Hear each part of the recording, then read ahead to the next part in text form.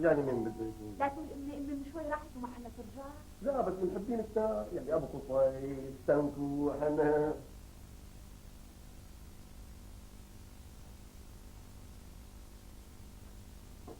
ندى حبيبتي. اهلا. فيني اشتقت لك بهالوقت اللي خبطوا عليكي. شو الشاكة هي مرمي؟ عجبوك ثيابي طهري العزيز؟ بيطيروا العقل اكيد على كل تطلش بالشارع. لا بس شيات الكومبريسات اللي عم ينفتوا الشارع عنا بس شافوني عملوا لي هيك. امي شو حكينا؟ عملوا لي هيك. ايه ندى اكيد مساويه البيت انت منظفتيه. لا تقولي لي جاينا ضيوف. بلا يسلم لي الزكاة، يسلم لي الزكاة. جاينا ضيف واحد فقط لا غير. ضيف واحد؟ لكن 10. مين هو؟ الأستاذ نعيم المليونير المشهور المغترب. كان جارنا بزمانه وقت كنت فرتوكة صغيرة لساتني ببيت أهلي قبل ما أتجوز أنا، مو مثل هلا وقت صرت دبهريش. جيران قدما يعني؟ لك شو جيران ما جيران أنت الثاني؟ أهم من الجيران بدك تقول مثل الأهل. الله ديك الأيام مرقت هيك تشوي مثل اللسمة. أمي امتى ضيف الضيف؟ هلا بعد هنيهات، يعني بعد لحظات قليلة، يعني بعد شوي. بيعرفوا عن البيت؟ شنو ما بيعرفوا لكن ما بيعرفوا.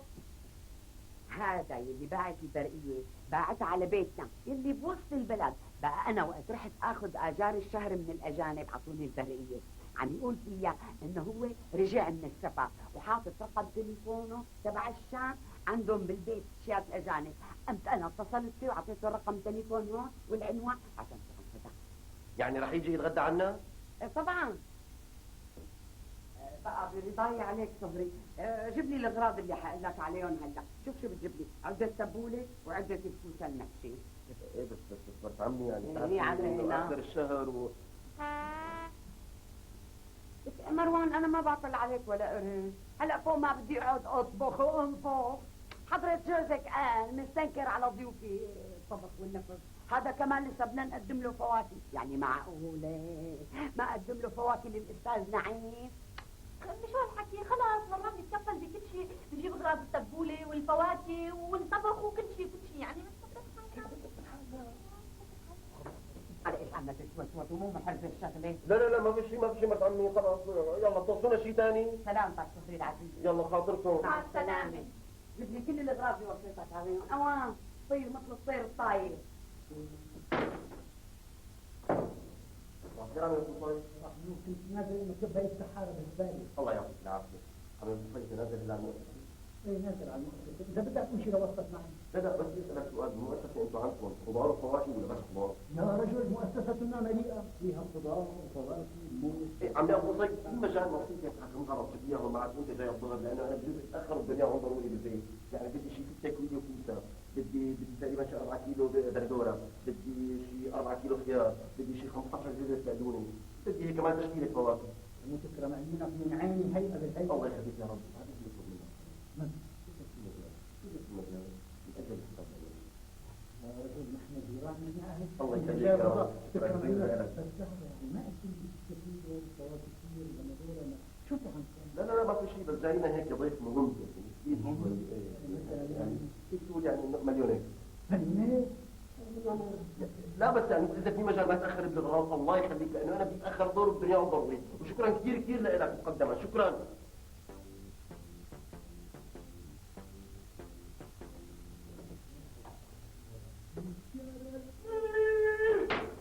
صباح الخير عمي. صباح النور. شو نازل عمي؟ نازل كبة هيدي بالزبالة. شرف عمي شرف. لا تفضل انت. ما بصير عمي، انت اكبر ادب. شرف. شكرا يا مؤسسة يا مؤسسة. تسلم.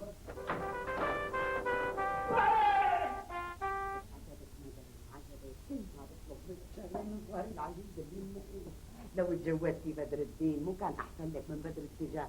اقل شيء كان بدر الدين وصالي من المطاعم على اكل جاهز. لا اطبخي لا انفخي. مين؟ لك شو حكينا؟ قلنا انفخي.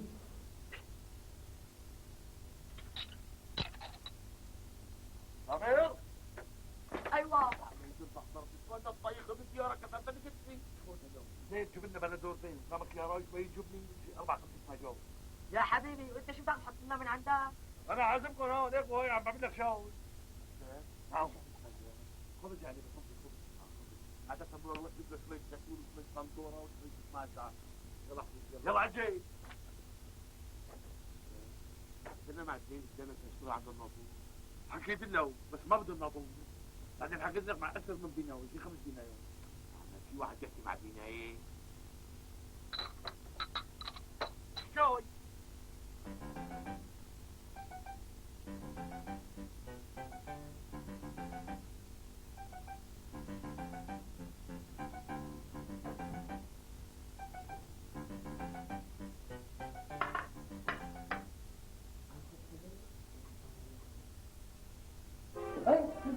شو عم تعمل عندك؟ هذا بيتها؟ شو عم تعمل عندك؟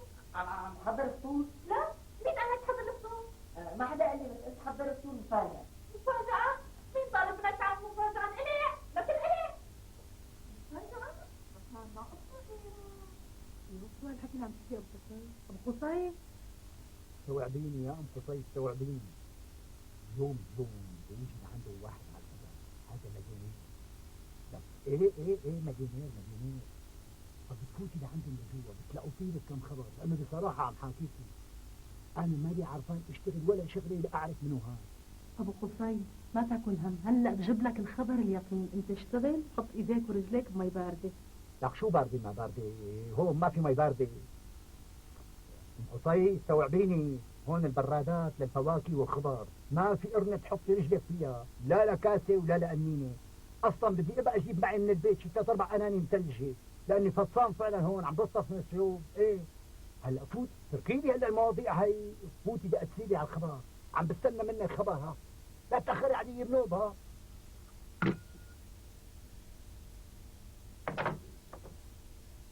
هذا أبوك من وقت قلت له حط إيديك ورجليك بمي باردة. طيب. How much is not? What? I don't understand you. How much is not yes?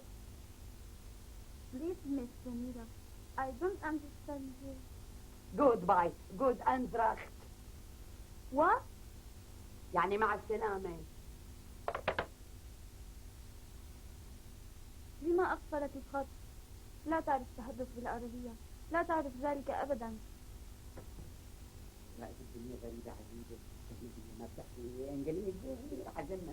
يا أمي شباب مش عم ترجي لوحدين يبعث لحلمة. هل أجنبية ما بتعرف تحكي إنجليزي؟ أنا أجنبية. اللي مستأجرة عندي بالبيت. أمي هاي بتحكي عربي، ليه ما بتتفهموا بالعربي؟ شلون بتحكي عربي؟ لا ما بتحكي عربي. مو هي جاية لهون تتعلم عربي، شو جاي سياحة؟ أجنبية بتحكي عربي؟ لا عم تضحكي علي أنت. المهم شو بدك منه؟ بدي اسالها اذا الاستاذ نعيم اتصل فيها لاني انا اعطيته الرقمين هون وهنيك. هو وعدك يتصل؟ لا وعدني يجي على الغداء. لسه يتصل لهنيك ما دام يعرف مثله. كيف انت تخافي يلعب بيجي ويتصل بهي الاجنبيه، رجال مالهم امان بعرفه بس بحساب لقدام. صوتي معي. يمي سألي حالك شوي. الو؟ الو؟ عمل لي ضرب وفكروا بيه. شو رأيك اتصل بالأجنبية وسألها إذا اتصل فيك معها؟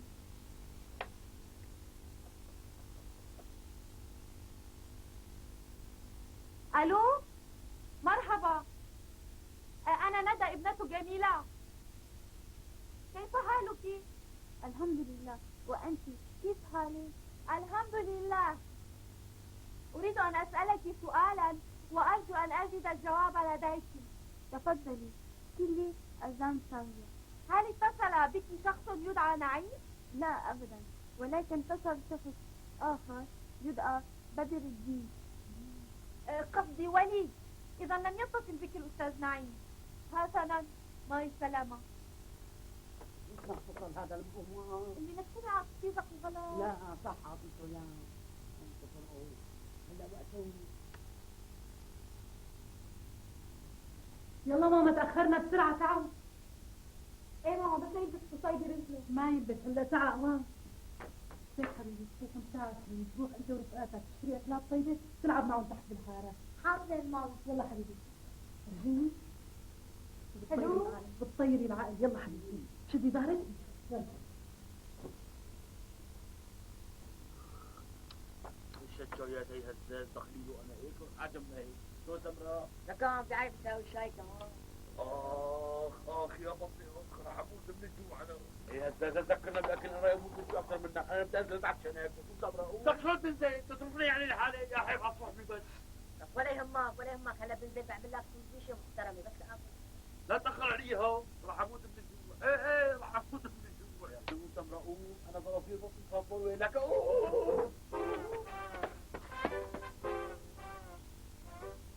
يا راجل ايه شو يعني هو؟ نحن عندنا بالحمص بيقولوا عصافير بطني. معه حق بدري كان ما يخربطني انا يعني ما بين العصافير والحمو. يا ستي رجع من الغربة من شي اسبوع وبعث لي برقية على عنوان بيتنا وقايل لي فيها اذا بدك ها تشوفيني ومالك متضايقة من لقائنا انا على هذا الرقم. قمت حكيته وعطيته العنوان تبع هذا البيت، بيت الاجار.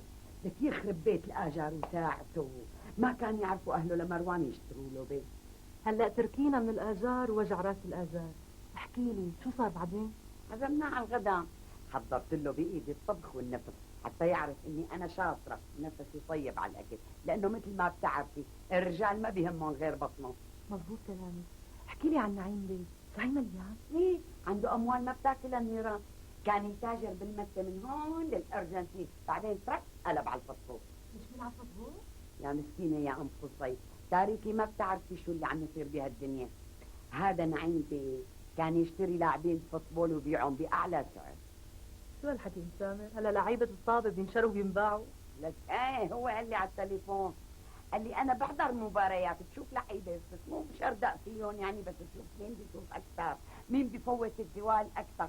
يا حرام المسكين بيتعب وبيشقى لحتى يشتري لاعب بكذا دولار. غم بيهرب منهم لاعب بعد ما ينجم وبيشتروه غير تجار، قصدي غير فرقاء يعني، وهكذا دولار. ما بيشتري لعيبة كراسي؟ ليش بقى؟ مشان بيعوا لروحي اللي بعربيات بالنص. روح ينباع بالعزا، اذا بتنزليه على السوق بيكون غالي، هذا السوق ومرتفع ما بيجيب اكثر من 100 ليره. الروكي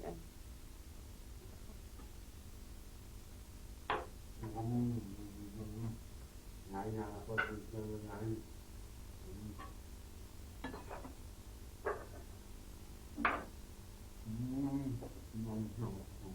خلاص يعني عليك يا سمرة اللي بتفوت بتكون هناك والله ممكن نطلع من الجيم انا لا تخاف ان شاء الله كمان لا.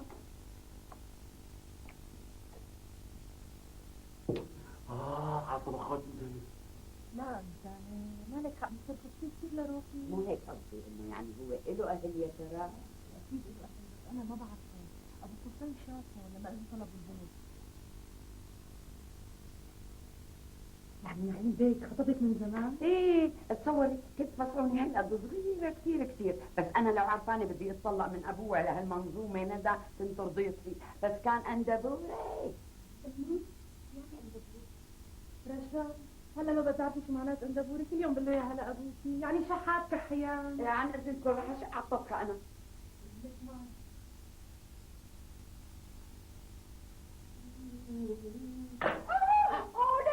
قولي رايحة ست ارباع الطبخة. مو معقول ما حدا بعد على المطبخ.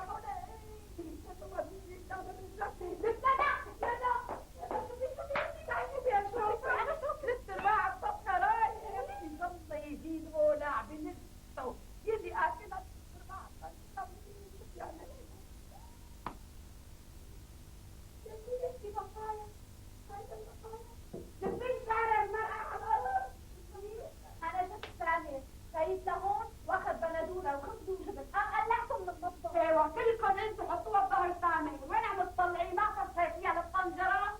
سامر مره كذب، هذا اللي حيسوق ست ارباع الطبخه اكيد هذا الزب فكر. لو اكيد عارفين لتنفوح روح عشان يخرب بيت قالتكم بتعمل فيهم وتعرف فيهم.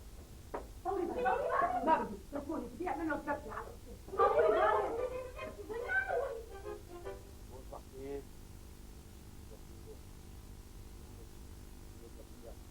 السلام. هلا انتم شايفين طبخهم اكيد هاي ندوا. هاي الدياز.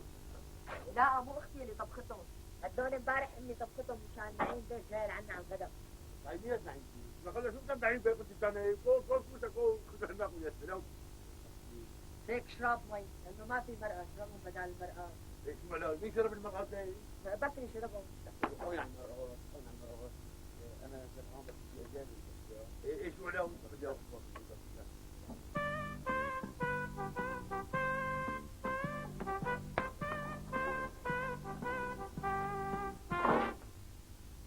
مسرح ما يسري يهري يا مقوص يا سنكوح يا حرامي ابر السطلايت ببيتك انت عشو كله سرقه بسرقه يا مقوص يا مقوص يا منيشع.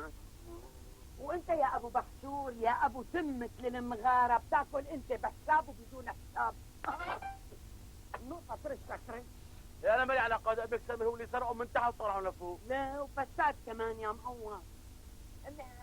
كله منك كله منك. مو حرام عليكم مو حرام عليكم متعذبه بالطبخه، تجوا تسقوني 3/4 مشان الضيف اللي جاييني بعد قليل. حمد اخوي ربي معي زين مقصدين حمد اخوي. شو حكينا قلنا حب قلبين ما بيحق لي.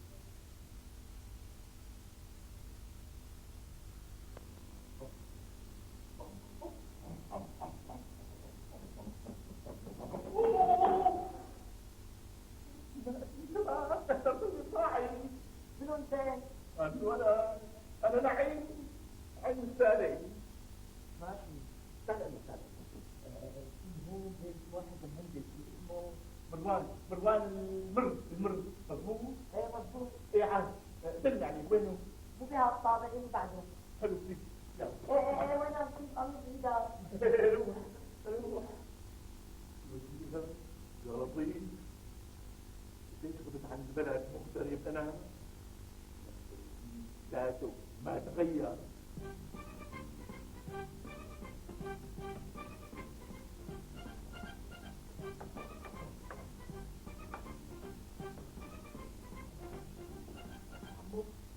مرحبا بيت هذا المهندس مروان المر وين؟ طالع من فوق.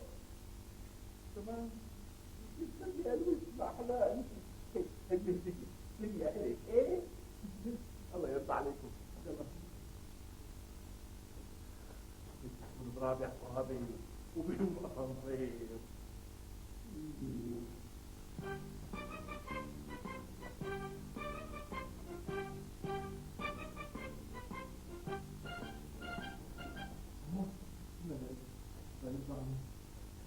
الفلوس ما تنتهي. درويش مثلي معنا قرايبي. يا عمو بدي اسالك في هذا مروان المر وين بيته؟ بالطاقة يا يسوعنا. والله شو الله يرضى عليك.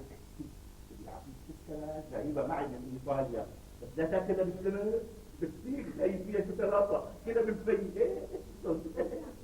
مع السلامه.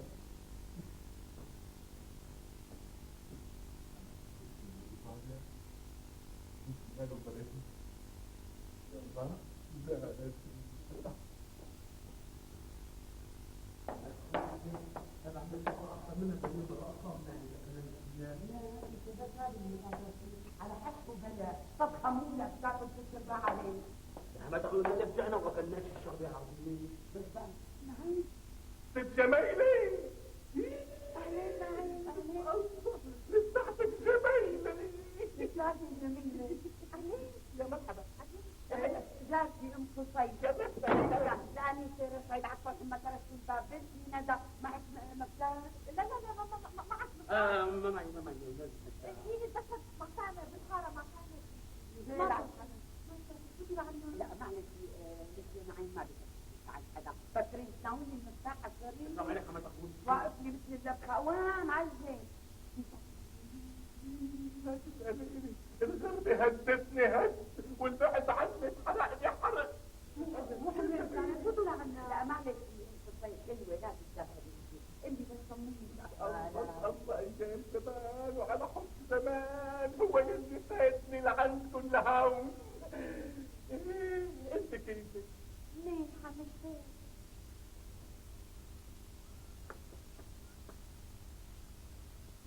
كيف غلطت في ما تخاف بقى بعد تستسلم لي لامي يا اخي تخاف ما راح تلمح لامك امك نجيت ووصل نعيم بيت البيت واطلعت على الباب وما ينفع عليك تنبسط من الناس. ليش بقى امي بدها تنبسط مني؟ لك لانه امك واختك ناديه مشترين مفتاح في البيت، وقتها انت تفتح عشان تبسط منك تفوت جوزك تدفع تمور اشفى. اذا هيك معقوله. تخيلك يا تمور، يا عيني عليك مع اهلك.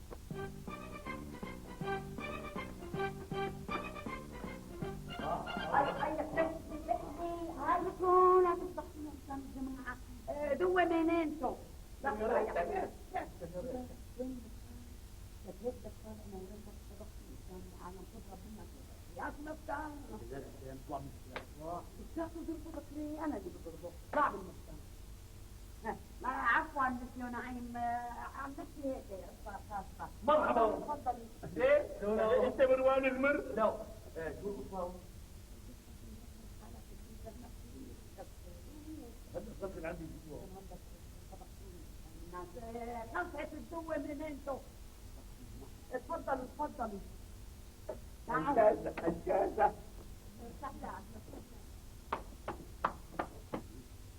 حلو جميل. مونتو بيني مونتو بيني.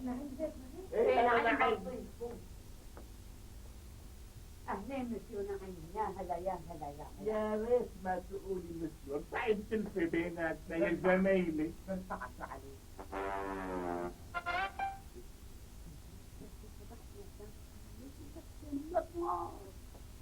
والمميز اذنك معك. تفضل مسيو نعيم تفضل. لا تأخذنا، كنا بقصد كانوا عم يلعبوا لعبة اللي بياكل كل الطبق بدون ما يستعمل ايديه، يعني هدول بيحبوا اللعبة كثير، فاضيين مع المصاري كثير، مشان هيك لا شغلة ولا عملة غير انه يعملوا حفلات تنكر. ما بدك شايف اواعيهم كيف عاملين حفلة تنكر، نحن عاملين كلياتنا مع داي. عن اذنك لاحكي مع صاري مشان يستعجل ويجي هو، لانه قال لي بس يجي نايم بيك خبريني، رح اخبره انا عن اذنك.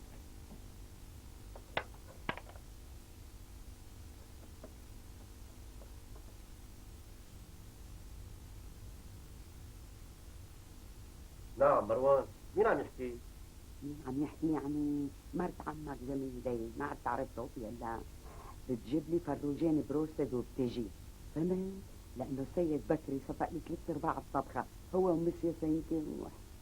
ما رح جيب شيء ولا تأمني فيه، اعتبري حالك ما شفتيني. طيب هلا هذا اللي طلع معك مروان، هلا وقت الزنقه بدك تتنمرد علي، نمرد لإلك، انت حتجيبهم ولا لا؟ لا، ابعتي ابنك يجيبهم من الحاره، وبالنسبه للفواكه رح اجيب لكم اياهم ابو قصي معه من المؤسسه. يخرب بيت قلبك، فواكه المؤسسه ما بتتاكل، لك ابني رح تجيبهم ولا لا؟ الفواكه رح يجيبهم معه ابو قصي، بس بالنسبه للفراريش حطي اكس عليهم، ما رح جيبهم، اصلا انا ما معي مصاري، لانه كمان الفواكه اللي بده يجيبهم معه ابو قصي رح حاسبه فيهم اول الشهر. يس انا فرجيت هلا طلعت نورنتا. يا ابو بريس. انا ابو بريس؟ يا حماتي انا ما كان ناقصني غير نعيم بيت.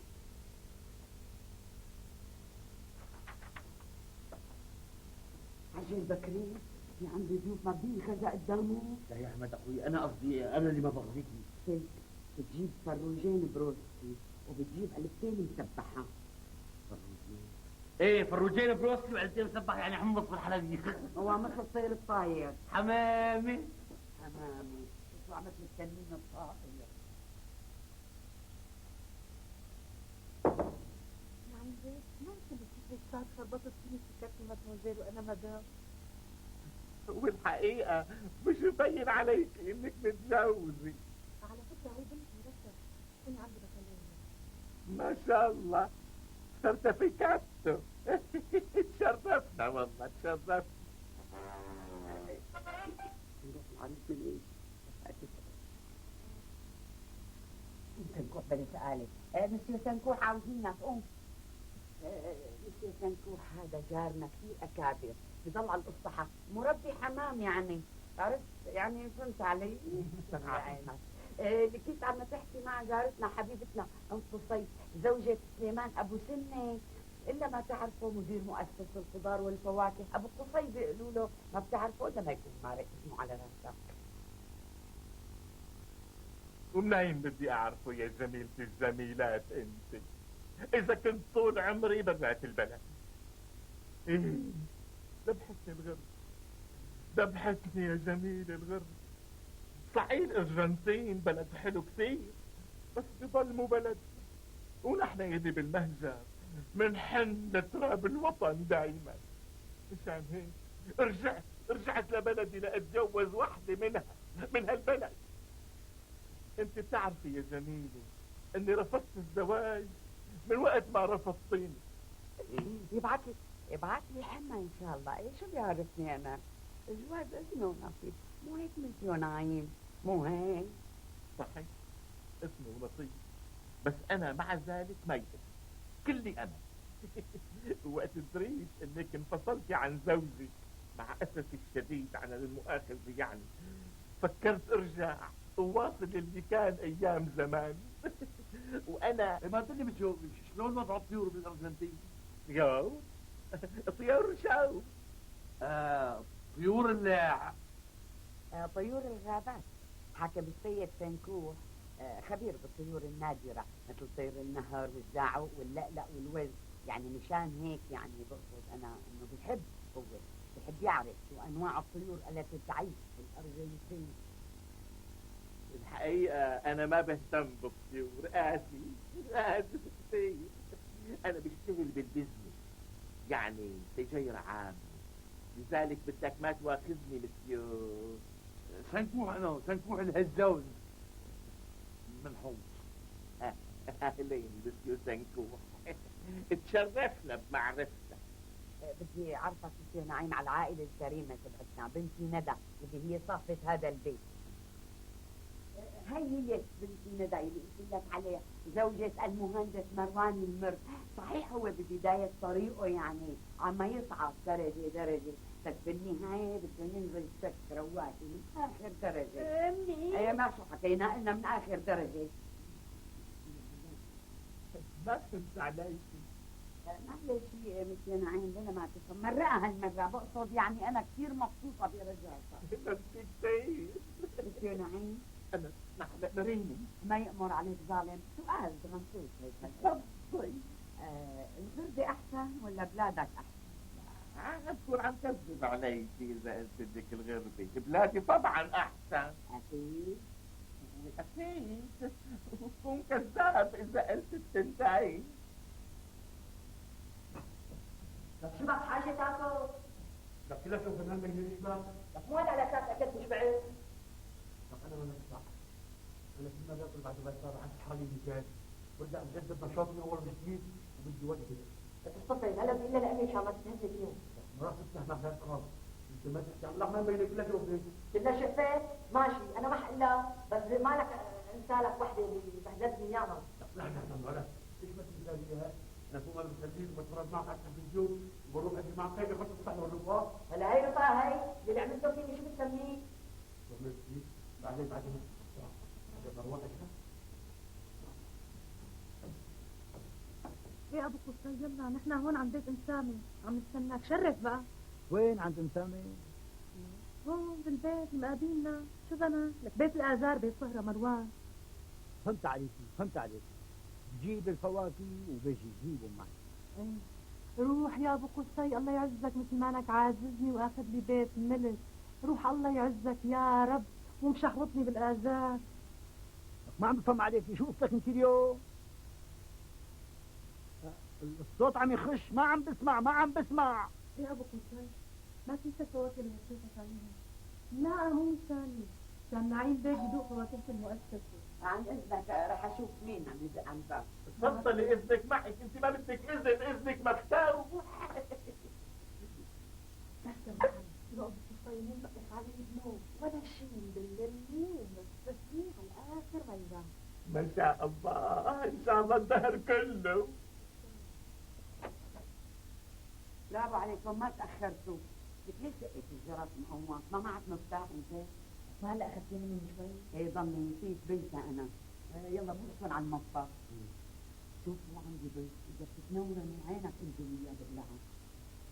مالك بالعادة بتجاوب بك الجواب القد شو دارك؟ يلا وصل على المطبخ.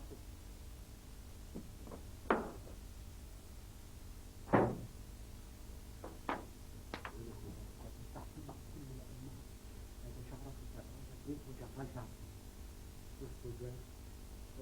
ايه عرفتوا هذا المثل الاخضر؟ خليك تطلع دايما على الصف الثاني. مميتو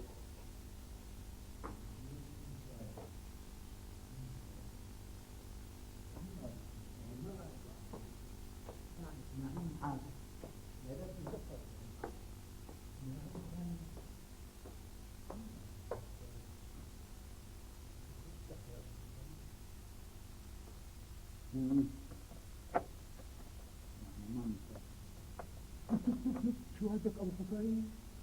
هذا الباب ولا هذا المفتاح؟ لا الباب تبعنا.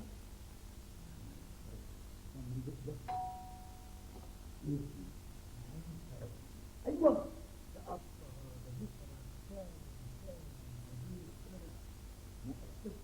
تبع الرقه.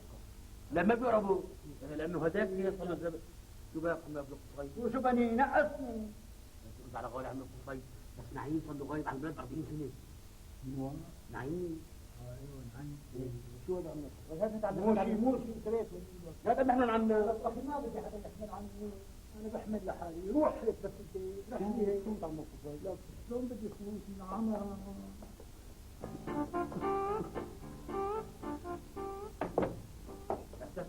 هات عنا. لو كنت بيتركهم ما بدي اخذ عني. لك عمي هات عنا. ما بدي. تعال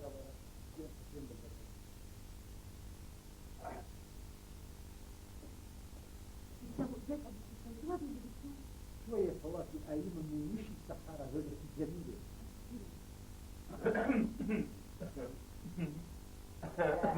ابو قصي مثل نعيم. ابو قصي زوجة لأم قصي حكيت لك عنها. اتشرفنا والله يا باي. حضرتك بتاع الخضرة والفواكه. سليمان ابو سنة مدير عام فرع مؤسسة الخضار.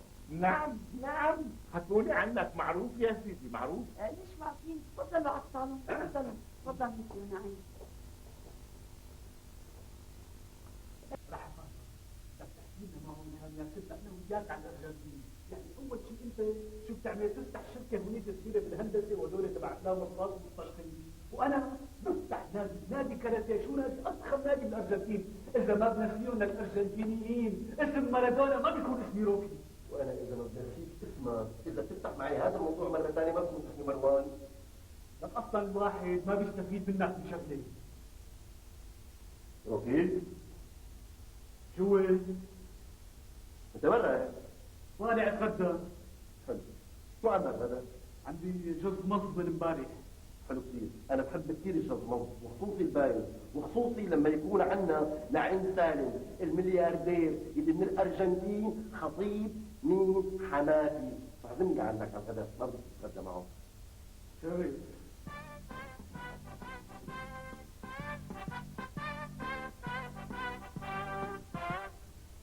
قصي بعد شيء على شيء عندك روميو وجولييت؟ ايه بطلع من زمان. وهداك الروميو شو عم يعمل؟ هداك ايه مضبوط روميو بس بدون جولييت. شفتي شو بينفع؟ عم انا لحظه رايحه على المطبخ جهز الاغراض. بعد شيء بنتي. انتوا عندكم بالارجنتين خيار؟ طبعا نحن بالارجنتين عندنا خيار صومالي. ليش؟ لانه الصومالي ادخل يجي اجسام يفيد، لانه الحيوانات يدعوا لنا بيصيروا الحيوانات وقت نطعميهم خيار، لانه هذا الخيار بشد جسم الحيوان. البقل والحمار انت اكبر قدر، يعني الدابه بترتاح كثير بيرتاح جسمها على الخيار. انت زين عليك بتاكل خيار ما؟ شو عرفك؟ ليه؟ إيه واضح من وشك من وين الضاوي. بعدين جسمك يخزر عين شادد مثل الالف لانك بتاكل خيار. بتلقى يخزر عين بتلقى. فعلا انا باكل خيار.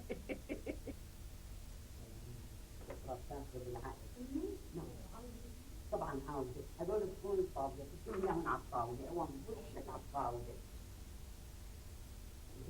تمام ساعدك. حبيبة قلبي شو رصيدة انت. بدي يا طنط يا روح الطنط تعطيني مع الطفل. هاتي مثال هاتي. تفضلي. وين حطوه؟ على الطاولة. وين بدك تحطيها؟ ما تخوي اخذ شيء انا؟ شو تسمى معوض؟ شو تسمى؟ ما قلت لك هذا بالجوار ما حبيت معاه فان شو تسمى؟ عاونك بشيء منين؟ طبعا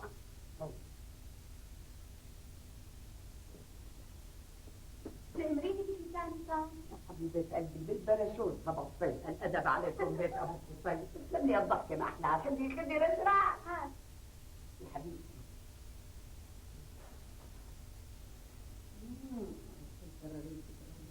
هدول آخر شيء بحطهم خليها فيهم مليون عين ضخمين لك تقفشني هيك ترتيلة يا رشرع إن شاء الله إلهي يا رب سيدي مولاي خدمة بفرحك يا طام قوموا يا جماعة بكري صاحبة اللهم عسكري تفضلوا يا جماعة السفرة جاهزة روح انت على المطبخ سامر روح رشا على المطبخ هلا انا بجي عنك لشوف مين بس اهلين مسيو عرفان اهلين وسهلين مسيو عرفان رئيس مجلس البناية مسيو نعيم عن اذنكم لحظة يا بنت اهلين وسهلين نورت القعدة نورت البناية مسيو نعيم السالم انا.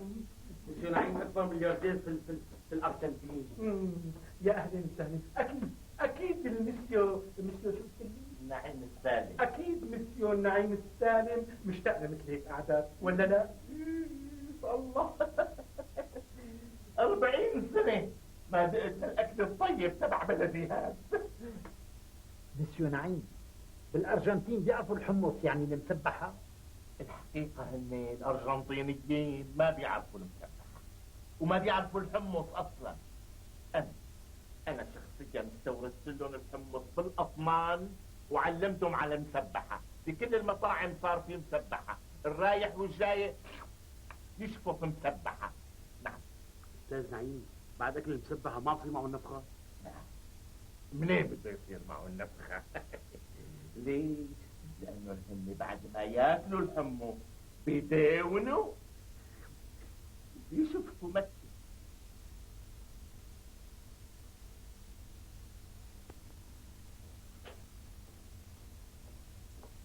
ايه يا ابو قصي قد ما حكيت لك عنه ابني رجال مليان مليار بيت عظمه وشحمه ولحمه ذهب. دخلك ما عرف فيني شو بده؟ لا ما قدرت افهم شيء ولا عرفت شيء، ليش بنت البطيخ خلتنا نفهم شيء؟ شو إلي البطيخ هيك نقاية ايدي؟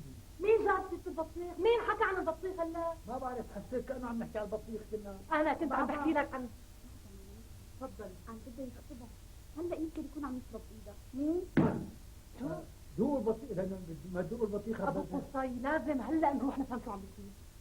خلي حدا بيروح لعند حدا بآخر الليل انت ثانية. انو اخر الليل؟ انت الساعة لسه ما صارت، يلا قوم نروح. هيك بدي؟ ايه هيك بدي. أنا ما بدي، أنت اللي بدك خلاص. يا سيدي انا اللي بدي يلا. طيب رشا فوتي حطي جنب التخت تبع أخوك شي شغلة لحتى ما يقلب هذا بيتألف. والبسوا لشو؟ البسوا. دول منينته هلا بدري حريص ظهري مروان بدري الدجا. امي انت بتعرفي موقف مروان من هيك شغلات مني. ايه احراز انا مصلحتي فوق الجميع. امي شو حكينا ان الجميع ام ماما كملي مسيو نعيم. ام ماما عودي مني كملي مسيو نعيم. يا بسم الله الحقيقة أنا الحقيقة بدي لكم سبب جيتي الأصلية لهذا البيت. تفضل عم نسمعك سيد نعيم.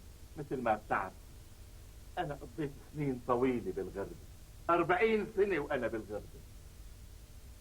كنت عم بلتهي بجمع المصاري، بلم العملة. اشتغلت بكل شيء، بالذهب، بالألماس، بالبترول. اشتغلت بالبترول، اشتغلت كمان يا حضرتك بشو؟ يا حضرتك انت بشو؟ بالمتة، متة نعيم. بعثت لكم لهون ما وصلت وسمسلو وجوز بلدي. يا سلام صرت مليونير وارتحت. اخ الحمد لله. ايه والله الحمد لله، طبعا الحمد لله. بس في شيء حاجز بنفسي. انا سابقا طلبت يدها للست جميل ورفضتني لاني كنت فقير. بس الحمد لله صرت غني وفوق الريح الحمد لله. وما تجرأت ارجع على بلدي ودق بابك يا ست جميلة، لانك كنت مرتبط بزواج ست السادة وتدري انه زوجي صار انفصال عدم المؤاخذة. اتجرأت واجيت لعندكم لاطلب يدك من جديد، وانا وغني ومليونير يا عيني وملياردير بيقولوا لي انا بالارجنتين. سامر روح افتح الباب، بدي حدا اللي روح احل. هلا نحن عندنا مشكلة عائلية عم نحلها، يعني قد حديث خاص ما بدنا نحكي. بكري روح مؤازرة معه، روح استرسل. مسيو نعيم كمل لي.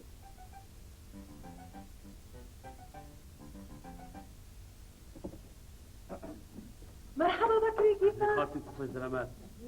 استاذ مروان جوا؟ نعم وجميلة جوا؟ كمان جوا وندى؟ ايضا. يلا فوتوا طيب. صعب التسجيل ومصر المقيم هذا الشيء. شلون تحكي؟ يا زوجي حلبية عم. معقول لك بكري موقفنا على الباب هيك بدنا نفوت؟ اسف ما بصير عم تدخلوا قضايا عائلية ما بسمح لكم تفوتوا لانه هي اوامر الجمهورية. والاشرط تبعكم هذا جوا لساته؟ السيد نعيم بيك موجود. باي باي. يا حبيب حيشان شو رسلتني ما تفوتوا. وبعدين ما عم قاعدين؟ هذا هو المطلوب قصدي مش تفوتوا كل شيء تبع نعيم بيك. شفت شو مقدر من الدخل هي بس انا كنت تفكير احتمال المفروض ما هي شايف مؤلي يا بكري.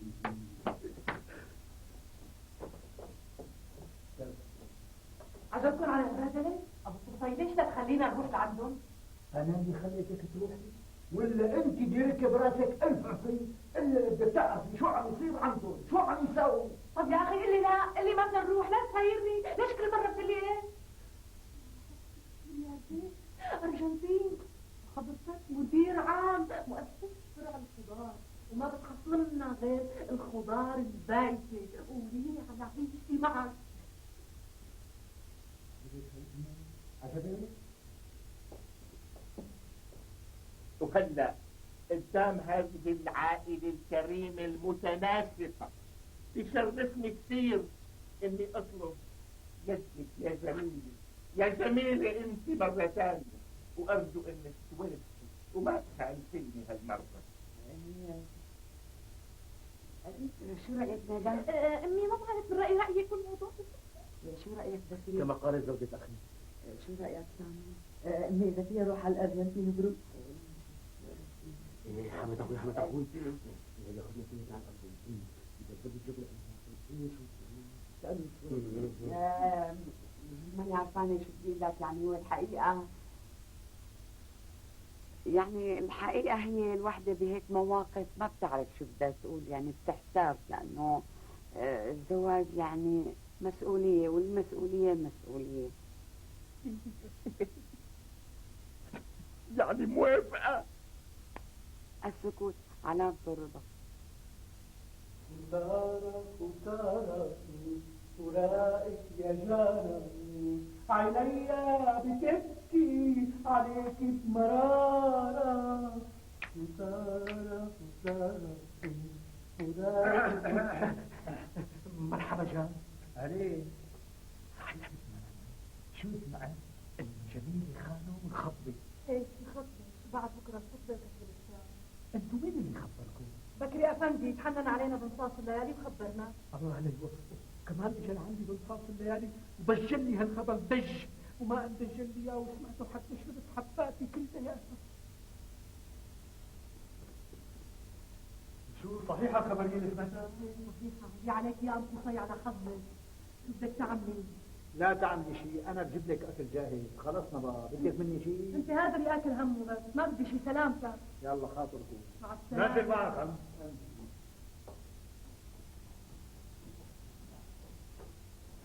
قصي صحيح مثل ما قال بكري انه هذا الرجال اكبر ملياردير، مو بس هيك ملتي ملياردير.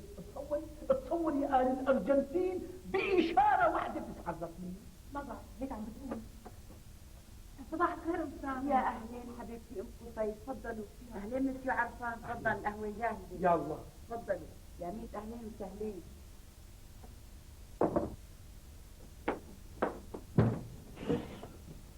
يا سيدي ما تحت له كل شيء عم بحكيه ما عم يدخل مخي. وليش بقى؟ لأنه ظريف ولا لأنه معتب؟ اسكت انت. على كل حال طولوا بالكم يا جماعه، انا نزلت امبارح بالليل لعند السنكوح وقلت له يجيب لي خبره اصله وفصله. عم بقول لي صار له من امبارح حسنتوه غاطي. انا اللي ماني فهمانه انه امكم ليش مستعجله على خطبي. لك يا اخي خير البر عاجله، انت اسكت ايش عليه؟ هاي سكتنا ما حكينا بقى. بقى نحن رح نعمل اللي علينا، وعلى كل حال السنتوح ما ماتي الا ما يجيب عنوانه ويجيب لنا خبره. طيب خذوا عنوانه منه، قصدي من نعيم بيه.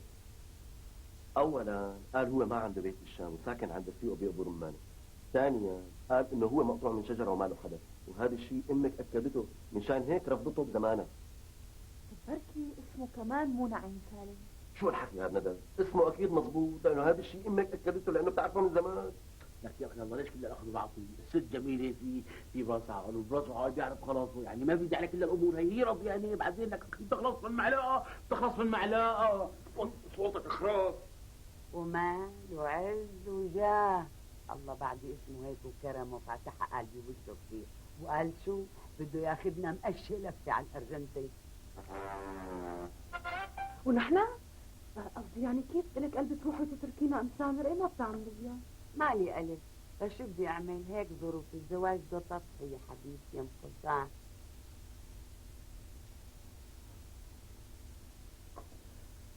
صباح الخير يا جماعه. صباح الخير استاذ مروان. الف مبروك يا مدام جميله، ونحن ما بدنا غير الصالح العام بهالبنايه، مو هيك استاذ مروان؟ انا ماما ما بعرف. معلش يا جماعه انتم ما تاخذوني، انا تاخرت على شغل صار لازم امشي. يلا على اذنكم. بدي توصيلي على هريسة مشان مثل نعيم لأنه بالمهجر ما في هريسة، وبدي توصيلي على فواكه وكم كيلو خيار على قولة أبو قصي. الخيار يهدئ الأعصاب، شوية بطيخ، شو كمان وعنب وكولا وليموناضة وشوية حلويات. بدك تقول يعني مثل هذا عش البلبل. عش البلبل. عش البلبل هلا بده عرفتوا في بلبل بقلبه. عش البلبل. لا تنسى. لا ما راح انسى. اوعى. باي. باي. أهم شيء عش البلبل.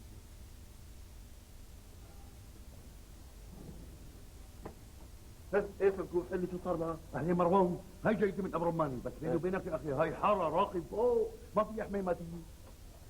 طيب والحال؟ ولا يهمك الا ما اجيب لك خبر لهالنعيم، لانه بيني وبينك انا قلبي ما ارتاح له. ما بدي اجيب لي خبره، بدي اجيب لي اصله وفصله بس. هي على راسي شرف مشي. مشي.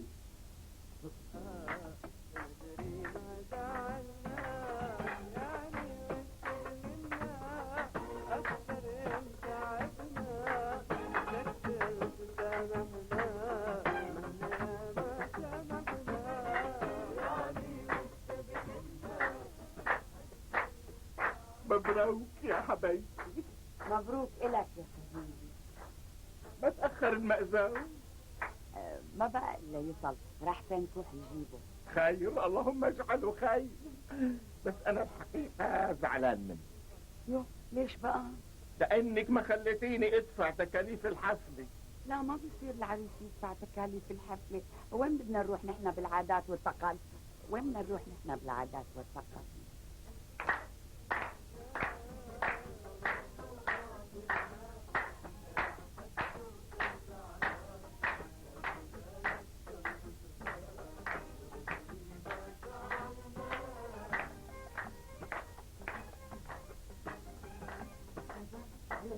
ما لقيت غير السنكوف، نروح نجيب المأذون. هو أظن بعدين زت حاله علينا زت. مدام بتحسبي مع الأرجنتين؟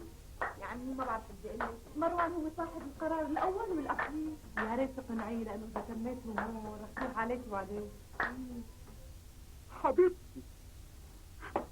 أيوة يا حبيبي. هو المأذون اتأخر كده ليه يا روحي؟ أنا لحد دلوقتي ما أعرفش، بس كل اللي أعرفه إنه هو جاي في السكة. وأنا بقول كده بقى. ما تقولش لا كده ولا ميدا.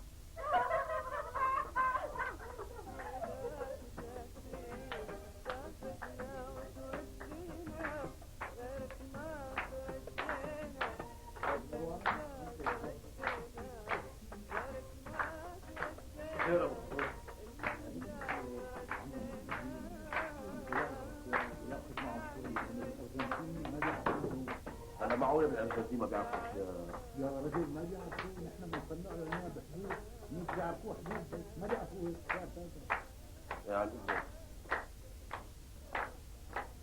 هذا شو عم تتوشوش وعم؟ عم حاكي على فوائد الخيار. ما هلا لسه ما حفظها؟ ما عم يستوعب. ايوه شو يا جماعه انطفت القوه؟ لحظه انطفت قوه مروان طفى مسجل ما كيف تطفي شغاله. ليش طفت مسجلين؟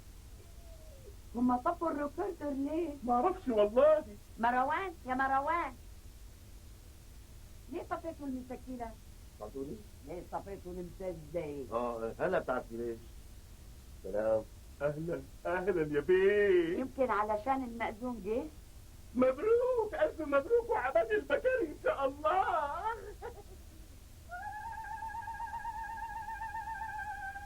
يعطيك العافية، تعال نخش جوا. اهلا وسهلا اهلا وسهلا تفضلوا تفضلوا تفضلي تفضلي بيتكم اهلا وسهلا اهلا وسهلا استاذ سعيد تفضلوا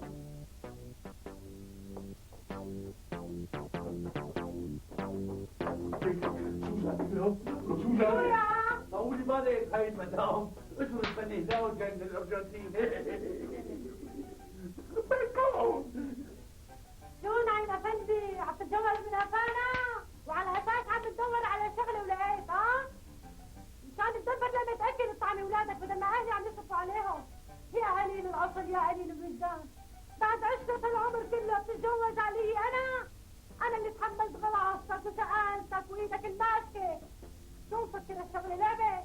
تجيب اولاد وتزت الشارع، بدك الشارع يربي، بدك تتجوز قبل طعمي اولادك قبل. يا عطال يا بطال يا شوارع، شبك ساكت؟ رسل ما تحكي، قول لي بقلبك. ما تخرسي بقى يخرب بيتك مثل ما خربتي بيتي يخربتي. لك بتعرفي هي اللي كنت بدي اتجوزها عندها بيت بيسوى ملايين. يا انت يا لك انت الخراب من قفاكي جاييني. والله تكتب رجليك على وجهي. لك مين جايبك لهون؟ مين جايبك؟ لا على اولادي جاي. يلا غني انا من وشي يخرب بيتك مثل ما خربتي بيتي. قلت الاولاد روحي مثل الشحادين عم تلقي قفاي من قرنه لقرنه. ولك خلي عني بقى حلي عني. شفت على وجهي، شفت السواد على وجهي. الله حرمني الرزق وأني شفت الرزق ليك يا با. روحي عليك روحي من وجهي. يعني اللي ماله حظ لا يتعب ولا يشقى. أصح حكينا إنه لا يتعب ولا يشقى.